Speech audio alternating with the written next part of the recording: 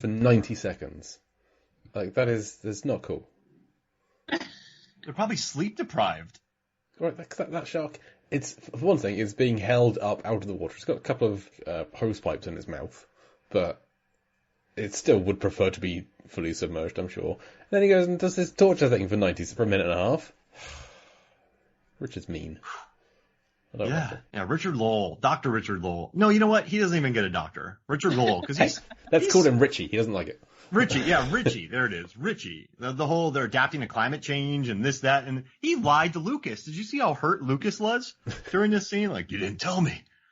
Which, that would have saved them a lot of time, correct? If he just was like, hey guys, watch this. Boop. See, all the sharks coming to us now. Yeah, now we don't have to anvil sharks. They could have got them all with one method, rather than every single one with a different one. Ugh. Man. So yeah, Lucas is gonna be mad. Yeah, but he should be. Richie. I'm glad he gets punched in the face. It's a great punch. And the best part about that is when Shaw looks at him. Yeah. Shaw is so happy that Richie got punched in the face. I'm just watching it on repeat in slow motion. It's great. And I love when Dr. Emma Collins and Richie leave the boat, and the four characters on Little Happy are just standing there in a line waiting for her. Just hanging out. Just sort of chilling. We're just waiting for her to come back. Not hiding the fact that they're watching or waiting. They're just standing there in a line. Do you think the guys on the boat were looking at them with their binoculars? They don't need to. They're out in the open. Good point. You can just look at them. Did you find that weird, Paige, that they're just standing there in a line? Yeah. I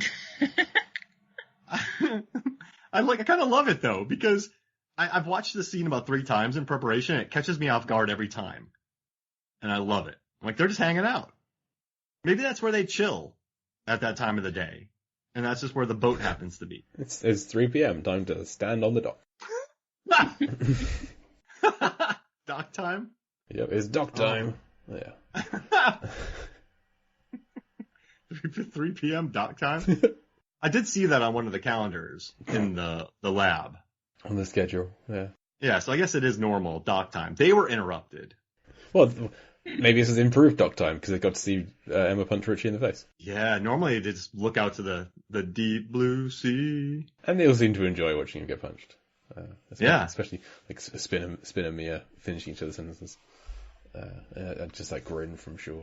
That's great. Paige, are they not some of the nicest people in this franchise? Spin and Mia? They are. I hate that the movie made me care so much about them because it made it, spoiler alert, even sadder when Spin died and you think that she dies along with him. And then, surprise, she pops out at the end of the cupboard.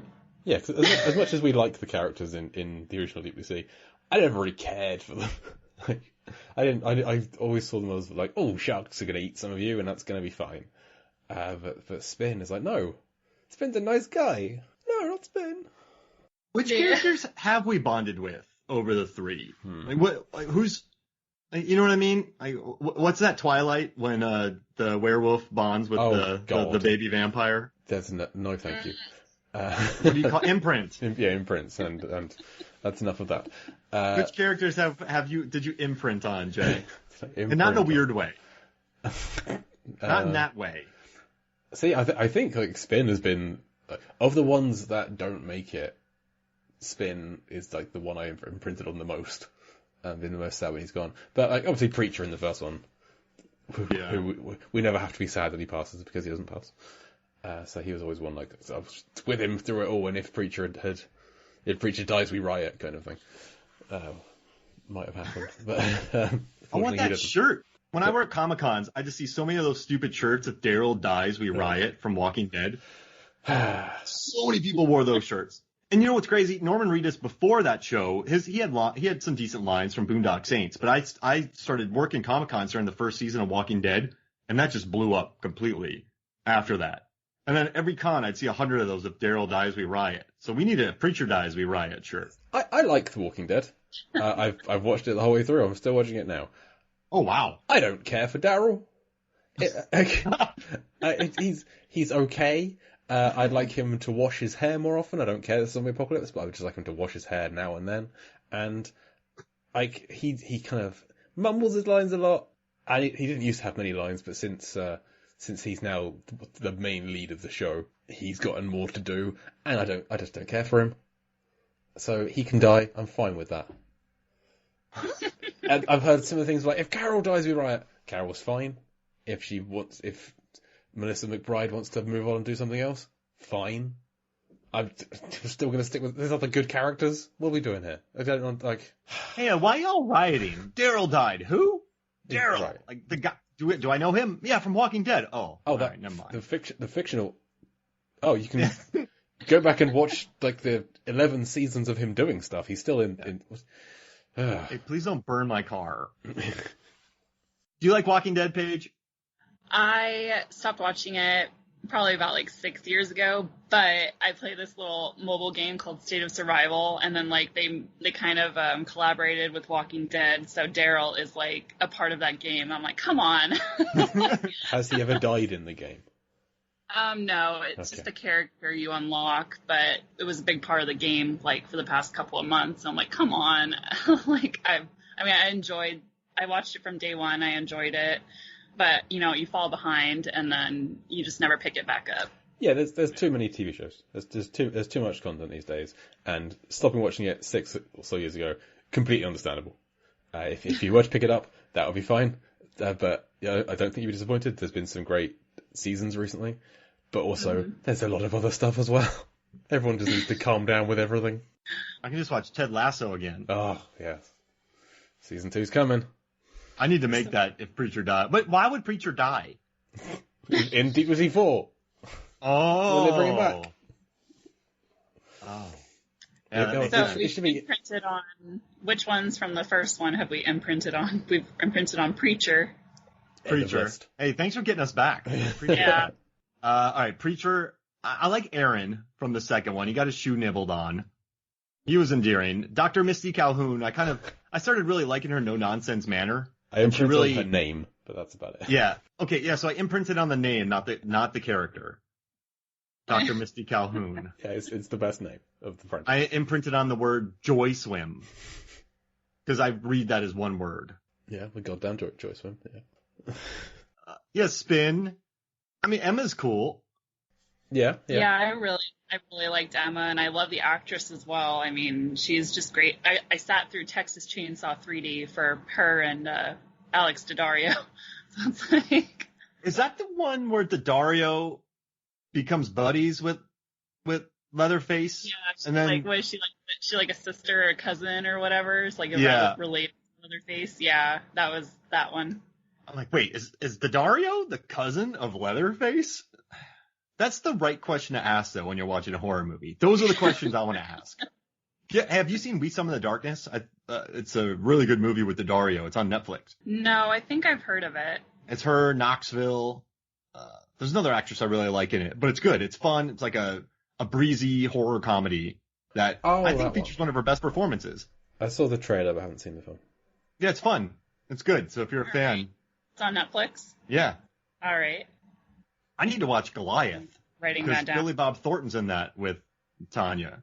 I need to check that out on Amazon. Yeah, I've worked with her, and I've talked to her.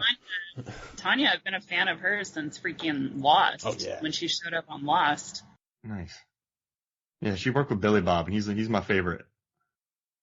So I'm happy about that. Good dude. Good old Billy Bob. All right, so imprint. Okay, my top 3. Preacher, the name of Dr. Misty Calhoun, and Aaron's shoe. Okay, fine. Let's say that. There it is. You, Paige? I'd say Susan, Emma, and the bird from the first one. Yeah, the bird! Oh, and the drone from Deep Blue Sea, too. I genuinely don't remember much from the second one, so I can't talk about it. I remember the piranha baby sharks. That's all I remember. And I love a baby shark gang. And the shark staring through the window. Yeah. That's it. Oh, I definitely imprinted with that. And Carl Durant's sweater in that one, too. Oh, I was going to say Carl Durant's serum sucking. Mine's his limitless juice. Yeah. What about you, Jay? What have you already said what you've imprinted on, right? Preacher? Yeah, Preacher and Daniel Kim's intestines and Durant's spin. I don't know. There we go. I just love Daniel Kim's death in the second one. Up the ladder, being nibbled, and then just having a top half left that's somehow still alive, but dripping intestines and baby sharks. And climbing the last few rungs of that ladder. Just his arms and saying nothing about being dead. He's an athletic human being, Daniel Kim, with his jumping and climbing. Why do we keep talking about the second film? Every week. We'll keep on going back. Well, I mean, listen, we didn't talk about this stuff, so I just want to say it. And also, when Richard tells Richie tells Dr. Emma Collins to spare her judgment, it's like, why? Yeah, but I don't know. He's lying to his crew. They probably could have killed them sooner, but he's trying to get a live specimen? Like, what judgment is there to spare in this scene? Actually, the word imprinted is used in this, too, because they imprint. So I didn't even have to pull the Twilight reference for this. What judgment is there to spare? Because she's judging him mainly. I think she's judging him for lying, for not giving them the full information, which had led to Bahari's death. I feel like if Richard and the gang had told them these sharks are very dangerous, very intelligent, they wouldn't have gone like fishing. Just like, they're sharks. They specifically feed on great white shark feeding grounds. Then they might have been a little more concerned than they actually are, and he might still be alive. So because she says like someone she cares about is dead. So that's the spirit. That's the judgment sparing. Now, what? I get it. I get what you're saying, but come on, Richie. Now, Richie refers to the captured shark as the most valuable animal in the world. Would either of you like to hazard a guess as to what, aside from these sharks, the most valuable animal in the world is or was? The highest value that's ever been paid for an animal? Huh. How much was the tiger in Scarface? No. Let's see. Okay. All right. So someone bought it. Yep. Okay. Someone paid for it. I don't know. You go first, Paige. I'm thinking.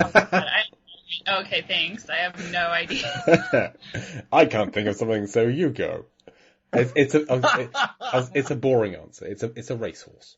Oh, that makes sense. Yeah, it's a racehorse. I was thinking like an elephant or some sort of like tiger or lion or something. Well, it's a racehorse called Fusaichi Pegasus. I probably butchered that first name. I apologise. Which won the Kentucky Derby in the year 2000, and it was sold to John Magnier's Coolmore Stud Farm for. Have a guess. How much do you reckon this horse was bought for or sold for? $70 million. It was $60 million. Sorry. Close. Oh, wow. Whoa! $60 million.